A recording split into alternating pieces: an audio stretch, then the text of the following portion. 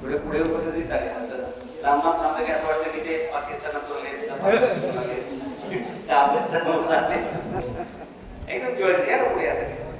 थोडं पाठी पण घेते तुम्हाला सगळ्यांना कॅमेरा घ्यायची माझी इच्छा आहे म्हणून पुढे बसा कॅमेरा सगळ्यात मागे जाणार आहे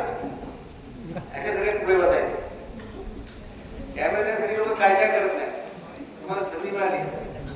चल म्हणून म्हणतात पुढे बसा बसा बसा जरा पुढे जातो पुस्तक घरी गेल्यानंतर वाचायचं आहे इथे नाही राजकारणाच्या बाबतीत 40 अज्ञात गोष्टी तुम्हाला कळतील याच्यात दिलेल्या आहेत शहाजीराजांची एक समाधी राजगडावरती आहे दादा जर तुम्हाला गुडघ्यामुळे चालतं नाही आपण हेलिकॉप्टर लिहिलं ना याला येतच काय म्हणून हेलिकॉप्टर आज जगद्गुरु तुकाराम महाराजांची साक्षात्कार भूमी असलेला भामचंद्र डोंगर हा पर्वत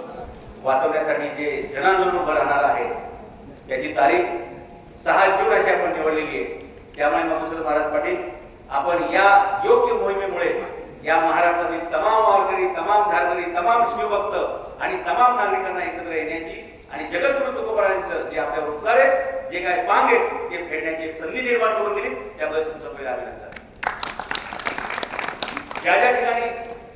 जगद्गुरु तुकोबाराय तपस्येला बसले ज्या ज्या ठिकाणी त्यांनी अभंग लिहिले ज्या ज्या ठिकाणी त्यांनी साधना केली ते प्रत्येक जमिनीचा तुकडा त्या जमिनीचा इंच इंच भूमी ही वारकऱ्यांसाठी जगातील सर्वांसाठी ही पवित्र भूमी आणि ती वाचवण्यासाठी हे लढा आहे हा भामचंद्र डोंगर याच्या 100 मीटर परिसरामध्ये कोणत्याही गवताची काडी उतरायला परवानगी नाही त्याच्या 300 मीटरच्या अंतरामध्ये कोणत्याही प्रकारचं उत्खनन करण्यासाठी परवानगी नाही असं असताना सुद्धा या ठिकाणी मोठ्या प्रमाणावरती डोंगरफोड होतीये या ठिकाणी जंगलतोड होतीये या ठिकाणी मोठ्या प्रमाणात उत्खनन होतंय आणि म्हणून याच्या विरोधात जनजागृती करून एक आंदोलन उभं करून जगद्गुरु तुकोबारायांचा हा ठेवा जो आपल्यापर्यंत आलेला आहे तो पुढच्या पिढीला मिळावा याच्यासाठी हे आंदोलन आहे आणि म्हणून याची सुरुवात आज एका उत्तम विधी केली आहे हे आंदोलन पुढे नेण्यासाठी महाराज कमी मनुष्यबळामध्ये कमी वेळामध्ये आपल्याला बरंच काही करता येतं आम्ही पिंपरी चिंचवड शहरामध्ये धूळमुक्त पीसीएमसी असं अभियान सुरू केलं कमी माणसांमध्ये ते एवढं राबवलं की गेले महिनाभर या पुणे जिल्ह्यातील सगळे आरएमसी प्लांट बंद झाले आजची त्यांची संघटना पुन्हा पुन्हा कलेक्टरला जाऊन भेटते मग मी एकच जाऊन भेटतो आणि सांगितलं हे चालू करू नका ह्याच्यामुळे एवढे दुष्परिणाम आहेत त्याच्यामुळे बऱ्याच काही गोष्टी करता येतात जनजागृती महत्वाची आपल्याला भामचंद्र वाचवायचं असेल तर देहू आणि आळंदी हे 2 टार्गेट करावे लागतील धनुष्य तिथे असेल पण बाण इथे पडेल महाराज अख्ख्या जगातून देशातून लोक वारकरी मंडळी आणि भाविक आणि काही हौशी सुद्धा हे आळंदीला येतात देहूला येतात त्या मंदिराच्या परिसरातच आपण आंदोलन केलं पाहिजे तिथंच करायचं तिथं नाही तिथं फक्त तपस्वी योगी होऊ शकतो तिथं सामान्य नागरिक येतोय आणि सामान्य नागरिकासाठी आंदोलन आहे आपल्याला योगी पण भेटणार नाही मला माहिती पण योग्य माणसं तर भेटतील जे देहूपर्यंत येत आहेत ते आळंदीपर्यंत येत आहेत समजायचं ती योग्य माणसं आहेत महाराज आम्ही कॅप तयार केल्या आम्ही टी शर्ट तयार केले छोटे छोटे बॅनर तयार केले आणि येणाऱ्या प्रत्येक नागरिकाच्या हातात दिले त्याला सांगितलं हा बॅनर हातात घे ही टोपी घाल तुझ्याच मोबाईल मध्ये फोटो काढ आणि तुझ्या सोशल मीडिया टाक 15 दिवसात सगळे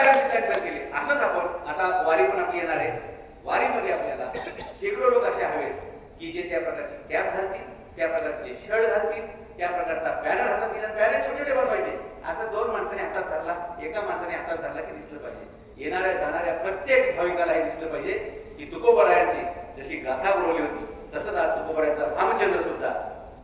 उरबडवून उत्खनन करून संपवायच्या नादामध्ये काय होते ते वाचवण्यासाठी आपण लढलं पाहिजे आणि सोशल मीडियाची ताकद प्रचंड आहे हे आपण बघू शकता पोरं एकत्र आली तर त्यांनी किती मोठा गोंधळ उभा केला तुम्ही बघू शकता वाघांना जमणार नाही ते कॉर्पोरेट लोकांनी करून दाखवले करून दाखवले नाही अख्खा देश धरून टाकला की नाही एका व्यक्तीच्या चुकीमुळे हा महाराष्ट्रातला माणूस काय करू शकतो म्हणजे एक न्यायाधीश काहीतरी चुकीचं बोलतात मला त्यांचा विश्वास नाही का की न्यायाधीश असं बोलू शकतात पण न्यायाधीश बोलले बरं झालं कारण त्यांनी कोण बोलतो याच्यावर मॅटर आहे ते गल्लीतला एखादा नगरसेवक बोलला असता किंवा एखादा छटछूट माणूस बोलला असता तेवढं पेटलं नसतं. पण सुप्रीम कोर्टाच्या न्यायमूर्तीने बोललं त्यामुळे सगळ्या मुलांनी गांभीर्य घेतलं. हे जसं सोशल मीडियातून घडलंय तसंच आपल्याला देहू आणि आळंदी हे दोन महाराज बरं का तुम्ही तळ ठोकला पाहिजे. तुम्ही निवडा एक ठिकाण, मी एक ठिकाण निवडतो, जोड आपण तुकड्या बनवू, संताजी झाडाच्या सारखं करू, येईल त्याला फोटो काढायला दे. मी देहूला गेलो, मी आळंदीला गेलो, काय बघून आलो, दर्शन घेऊन आलो आणि रामचंद्र वाचवण्याची प्रेरणा घेऊन आलो. एवढा संदेश लोकांकडे गेला. आपण लोकांपर्यंत जाऊन आपले हजारो तास वाया जातील, आपले डीजे जाईल, आपलं शारीरिक नुकसान होईल, वेळ जाईल. पण जे स्वतःहून इथपर्यंत येत आहे, जे रेडीमेड आहे, त्यांच्यापासूनच आपण पुढे जाऊ. ही लढाई अशी असली पाहिजे. शिवाजी महाराजांनी बाहेरचं सैन्य करून आणलं नाही, त्याच गावात सैन्य उभं केलं, त्यांनाच ट्रेनिंग दिलं आणि सांगितलं तुमच्या गावात असलेला किल्ला तुम्हाला लढवायचा आहे, तुम्हाला वाचवायचा आहे. तुमच्या आया बहिणीची आबरू वाचवण्यासाठी मी 500 किलोमीटर सैन्य पाठवू शकत नाही. त्यासाठी महिलांना स्वतःला तयार व्हावं लागेल, त्यांना प्रशिक्षण घ्यावं लागेल. नागरिकांना लहान मुलापासून ते म्हाताऱ्या माणसापर्यंत प्रत्येकाला यावेळी शस्त्र चालवता येत होतं. आणि म्हणून छत्रपती शिवाजी महाराज मुठभर मावळे असून सुद्धा 7 लाख फौज घेऊन येणाऱ्या औरंगजेबाला भारी पडत होते. गावागावाची छोटी संख्या होती. मला वाटतं जसं लहान मुलापासून ते ज्येष्ठ नागरिकापर्यंत 80 वर्षाच्या माणसं सुद्धा लढलेली इतिहासात आहे. तानाजी मालुसरेंचं वय 80, म्हणजे त्या शेलार मामांचं वय 80, म्हणजे 80 वर्षाची माणसं लढत होती. 12-13 वर्षाची पोरं लढत होती. हा शिवाजी